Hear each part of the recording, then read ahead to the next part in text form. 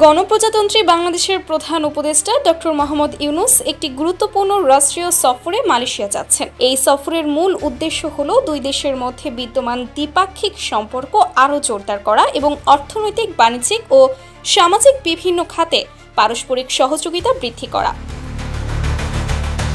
এই সফরে ডক্টর মোহাম্মদ ইউনূস মালয়েশিয়ার উচ্চপদস্থ কর্মকর্তাদের সঙ্গে একাধিক বৈঠকে অংশ নেবেন বলে আশা করা হচ্ছে। এর মধ্যে মালয়েশিয়ার প্রধানমন্ত্রী এবং অন্যান্য গুরুত্বপূর্ণ মন্ত্রীদের সঙ্গে আলোচনা বিশেষভাবে উল্লেখযোগ্য।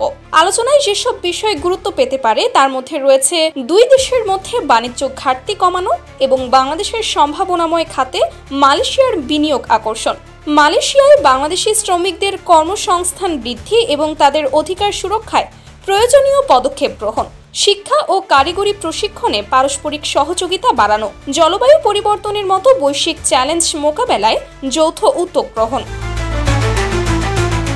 ডক্টর মোহাম্মদ ইউনূসের এই সফর এমন এক সময়ে হচ্ছে যখন বাংলাদেশ ও মালয়েশিয়া উভয়ই তাদের অর্থনৈতিক প্রবৃদ্ধি এবং আঞ্চলিক স্থিতিশীলতা জোরদার করার উপর মনোযোগ দিচ্ছে। প্রধান উপদেষ্টা হিসেবে ডক্টর ইউনূসের এই সফর দুই দেশের মধ্যে নতুন দিগন্ত উন্মোচন করতে পারে।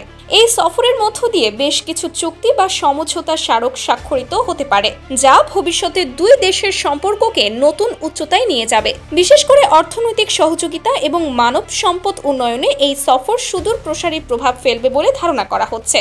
ডক্টর মোহাম্মদ ইউনূসের মালয়েশিয়া সফরকে দুই দেশের মধ্যে সম্পর্ক সুদৃঢ় করার একটি গুরুত্বপূর্ণ পদক্ষেপ হিসেবে দেখা হচ্ছে।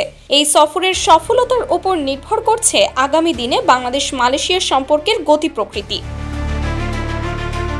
Sumaiya Snigdha, daily our Bangladesh.